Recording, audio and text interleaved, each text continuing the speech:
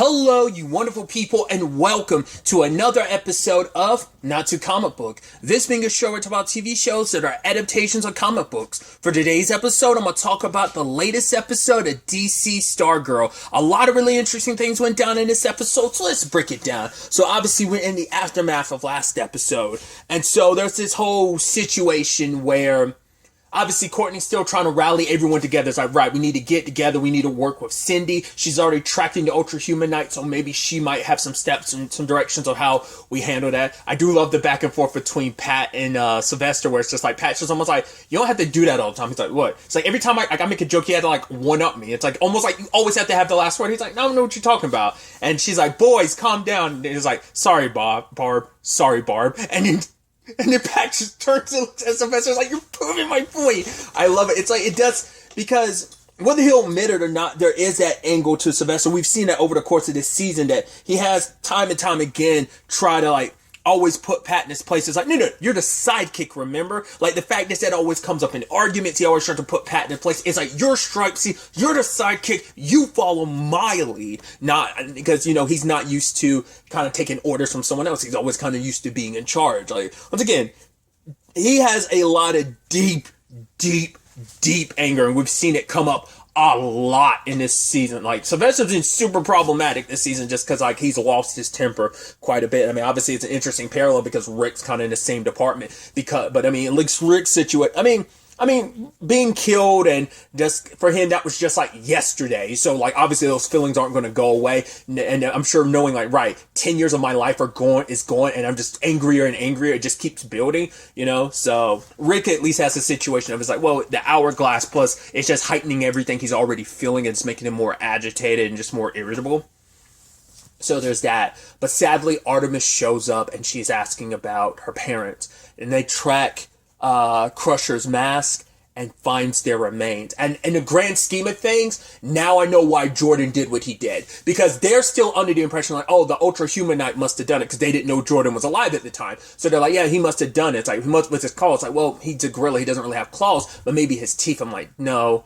Because if we notice, last episode, Jordan killed Paula the same, like, he stabbed her and then froze her. So it's like, yeah, it's the same thing. Like, either at the time when he killed the gambler, he didn't have full control of his powers yet, so he could probably freeze a blade and kill him. So it's either a thing of he's going against all the people that were former allies, or maybe it is a situation of maybe he wanted the gambler on his side, but because he was turning over a new leaf, he did. Like, that might also be an extra reason why he killed Paula and Crusher. It's like, no, because I know you guys, you've decided to join with the JSA, you're traitors, so you need to be dealt with. And once again, maybe the same thing was applicable to the gambler as well. But he destroyed their bodies because that way they won't have anything compared, because if they did, they would realize, wait, they find out later on when they find out that he's still alive, that he killed Paula and Crusher. The thing is, if Paula's body was still around, it would have been evident, oh, you stabbed her and you killed her. This stab wound looks exactly the same as what killed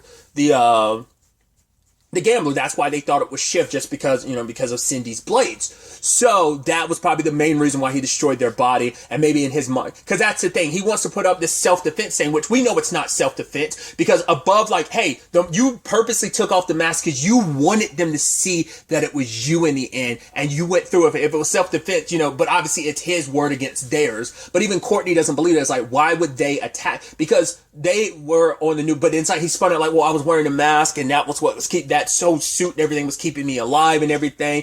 So he's able to spin the story, and it's easy to kind of create that narrative when you're the only one. They have to go by your words because you kill the only other two witnesses to the situation. You don't have their story and their perspective on it, so all they have is his word. And sadly, Cameron and his parents are eating that up. They were always going to be siding with him, but Cameron, I think, is going to obviously side, like, despite all he's heard about his dad, it's still, yes, that's still his dad, and now it's like a, hey, at the end of the day, you know, my dad says this is what happened, it was self-defense, they attacked because they didn't know, like, he wasn't blaming the Crocs, just saying like, hey, they didn't know who he was. But it's like, no, he froze them. He could have just ended it there. The fact is, he shattered their body. I was wondering, did he do that because, hey, I don't want, you know, it's only a matter, like, I also wonder, is that why he presented himself now? Because it's like, right, there's only a matter of time before people find out about the Crocs. But it's also, it seems like his body finally fully reformed. So we'll get to that in a second. But I think it was also like, right, covering up her crime. But I'm like, why did you do the same thing with the gambler? But it's like, right, if you did that with the gambler, it would have revealed far too soon that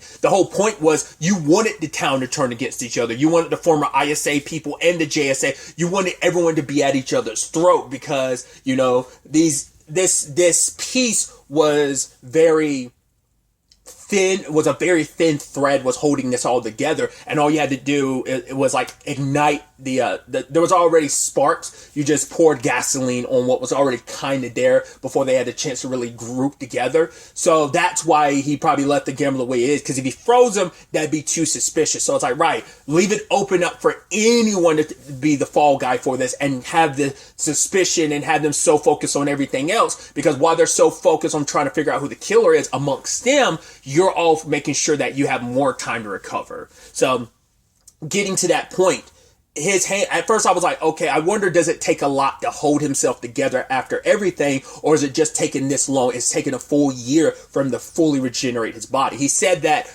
he thought at first he could just control ice, but he didn't know, like, I can actually become ice. Like, the remnants of what I was, like, I wasn't even conscious. Like, everything he did was on some instinctual level of, like, I want to live, I got to survive. And basically, eventually, his consciousness came back. And he's just been laying low the entire time. So, for this past year, he's been getting stronger and stronger and stronger, waiting for his opportunity to strike.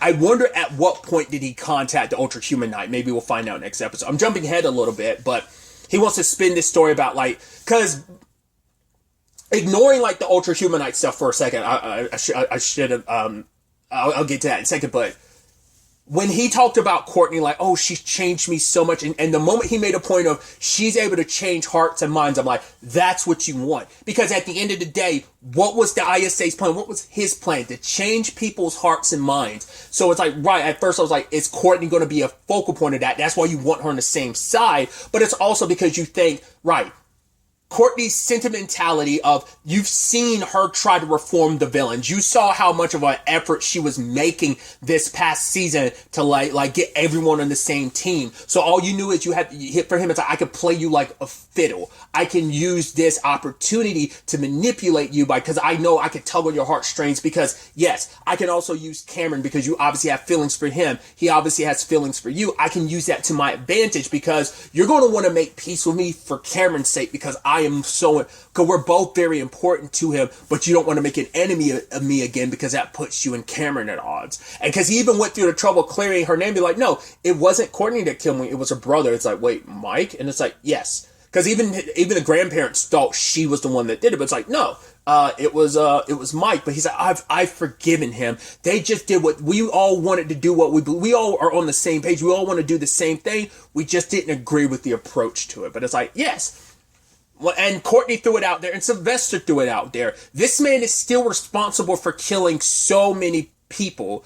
She even brought it up. It's the oh god, the magic dude that was on the team. I don't think he was called like the magician or something. I forgot his name. But that dude and his family, it's like, right, he killed the dad and he killed the son because the mom ended up living in Blue Valley later in season 1, if I remember correctly, after her husband died. What was it, like the Henriks? Was that their name? Like, it's like, you killed them, you helped kill the JSA, you helped kill Starman, which obviously Sylvester's got a bone to pick on. And the moment he found out Icicle was alive, the only one that probably would have pissed him off even more if he found out Brainwave was alive, that probably would have been the one that pissed him off the most because of his sister. But it's like, Icicle, it's like, no, you personally killed me and you did a lot to kill my friends, but it's like, you killed me in particular. I hate your guts. This is my opportunity to put you in the ground because you were supposed to be dead, and now I find out, like, cool. It's like, and it's a neat parallel too that, right, he survived this entire situation and now he's come back just like you survived your circumstance. I mean, you actually died and came back, but still, there is this interesting parallel that the old ISA and the old JSA's leaders are now both back and about to face off, you know? So I think that's kind of a neatly done parallel. But Yeah, like him trying to come back and tell Barbara, like, hey, I know, it's like, because he's even saying, like, oh, like, everyone's buying the story of, like, oh, yeah, like, it was just an accident is the reason why. It was just false information about me dying. She's like, they won't believe. He's like, yeah, they will, because this town loves me. He was a hero in this town. He was so beloved. But for Barbara's like, I don't believe for a second you actually can change. I know you for what you are. You're an evil person. Even she's like, you killed Crusher and Paula. And you see the devastation on Barbara and Pat's faces, because especially for Barbara, like, I mean, we don't really know like how many friends she actually has in Blue Valley, but like her friendship with Paula was, I mean, for Paula, it's like, hey, you're like the only friend I've got. And this time they spit in together, and it's like Barbara ended up helping Paula changed a lot. And Crusher, yeah, like there've always been this complicated thing between him and Pat, but there was kind of like this interesting kind of bromance between them. And it's like, yeah, and it's like knowing that, and also knowing like Artemis is alone in this world. Her parents are going, that's too much for any child to be in that situation. And he still has the audacity to be like, hey, it was self-defense, yada, yada, yada. I want us to come together. Like, you could tell from the beginning it was all horseshit, you know? But once again, none of them because no one saw Paula's body, so no one's thinking the fact is that, oh, he stabbed her just like the gamblers. Like, so no one's correlating that, because everyone thinks it's the Ultra Human Knight. He's even saying like, hey, we should join together against the Ultra Human Knight. It hated the ISA just as much as it hated the JSA, so... Because even Sylvester suggesting maybe the Ultra Human Knight didn't come here for the JSA, maybe it came here for the ISA. It's like he came back and maybe that's why the Ultra Human Knight is here. But it's like, no, they're working together. And my point is like, when I guess over that year period while he was recovering, working from the shadows, he got in contact with the Ultra Human Knight. It's like, right, this way we burn not just one, both organizations. Because it's like, I'm not just getting revenge against the JSA, I'm getting revenge against the ISA, those who turned against what I believed in and are working with my enemy. And it's like, right, you hate them, so we're kind of on the same team. Like, we have a mutual hatred for both sides, so we're in this together. So, and obviously there's also the angle of Rick. Rick is still off the board. They haven't been able to get in contact with him. Who knows if he's kind of secretly dealing with the whole hourglass thing kind of off on his own. But especially after last episode too, the Artemis stuff is so heartbreaking. Like her breaking down like that when they find her parents' remains, and then when she was in her room, like that weight, she just threw it into the wall and she's screaming out in pain. And Barbara, like that scene legitimately made me like, I felt my tears, like my chest like get tightening, and I could feel it welling up. I wanted to cry because seeing how, and you know, Barbara being like, you shouldn't be alone right now. So it's unfair what happened, and it shouldn't have happened, you know? And the Crocs didn't deserve it. And that's the thing, too, that, you know, from Cameron's perspective, it's like, hey, we finally get to do what you wanted the entire time. We can let the past be past. Because it's like, right, she told you what your father is. And he's like, yes, I know about what my dad did to the Crocs. And it's like, and you're still supporting, but he's like, because Cameron's so naive, he wants to believe. He's like, right, because regardless of it all, this is my dad. I love my dad. He's back. It's a miracle. So you should be questioning it, because everything she ever said about your dad was right. But now it's like, hey, you didn't kill my dad. But now, Courtney, we get to work together. Like, we can put the past behind us. Like, we can kind of be a thing. But even Courtney was like, did your dad send you here? He's like, no, I'm here of my own accord. But he kind of nudged everything, because he's like, right, I want things to kind of work out between you and Courtney. It's because he knows Cameron is going to be kind of a weakness that he can exploit. But also he wants to exploit the kindness that is Courtney. I thought he was going, like I said, try and do what he was doing before, but now not just have Courtney on his side, utilize that aspect of her, because unlike her, he had to he's going to try and use mind control to change people's hearts and minds, right? Courtney was able to do that just by being her. That's who she is. That's one of her superpowers. So the question then becomes, like, I thought he was going to try and utilize that in the same manner as their big plan in season 1 of controlling people's mind, was kind of putting Courtney at the heart of it. Still could be the case after basically killing everyone around her, and then like utilizing her at the heart of the machine. Potentially could be like, she could be like the power source for the machine to change people. maybe not. That, like I said, that's my initial thought. But as the episode progressed, I felt like that was less and less the case. It could just be like I'm saying all that, but I'm just going to murder all of you. I'm going full Thanos and I'm going to kill all of you. Beyond that, I don't know if the plan's still the same or not. And I don't know if his parents are going to be 100% on board with everything that he's doing. Because I don't think, ultimately when the time comes, I think Cameron will choose the right side. But still, that's just going to complicate things. But especially because, you have Sylvester on a warpath. Artemis has every reason to want to kill Jordan, too, because it's like, the man murdered my family. He murdered my parents, so there's that. And even this whole situation got Yolanda thinking about, she ends up calling her mom later on. She even says a line of, I lie only to protect you. I love you, Mom. It's like, right. Like, seeing Artemis lose her parents made her go like, cause she's been dealing with the whole what to do about her parents situation for a while now. Long before now, but especially, obviously, it really heightened this season when her mom kicked her out. It was like, hey, tell me the truth or get out. And she felt like she couldn't really tell her mom the truth because it's like, you never had any faith in me to begin with for a while, so I'm always under such scrutiny because also, once again, this whole hero thing isn't just my secret to tell, it's other people's as well. So there's that. But I think for her, it's like after Artemis lost her parents, it's a thing of this world being what it is, we never know what could go wrong. We could all lose our parents. So I think for her, it was a situation of, I got to let you know at least, Mom, everything I did was to protect you and I love you. Because I have to say that, like, regardless of our issues, I do love you, And maybe this could be a bridge to things changing for the better between them. We'll see. Because I figured she would probably want to say, like, hey, Mom, I got to show you something. I want to meet you in person. And was going to show her the Wildcat costume and everything. And it's like, right, Mom, I'm a superhero. So we'll have to wait and see on that front as well. But obviously, there's also, like I said, the difference of opinion of Pat wants Courtney to handle things the way Courtney would, but Sylvester's like, no, we need to get him, and we got to put him in the ground, him in particular, and he's like, even if I have to do it alone, I'm going to do it, and I don't care about people trying to say, like, oh, what's the right thing to do. She believes that, she's like, well, he's saying he wants to, like, try and, like, work this out and work together, but Sylvester's like, this is some BS. We know the liar that he is, and turns out, yes, he is that. He is a liar. He's a manipulator. He is still the evil person that he always was. But Courtney she's caught between, because even Cameron throwing it at her, like, how are you going to give everyone else? You're going to give the Crocs and the Shade, like, a second chance, but you won't do the same thing for my dad. I'm like, yeah, they did some effed up stuff too, but it's like, Icicle's a little different because they at least shown that they have changed.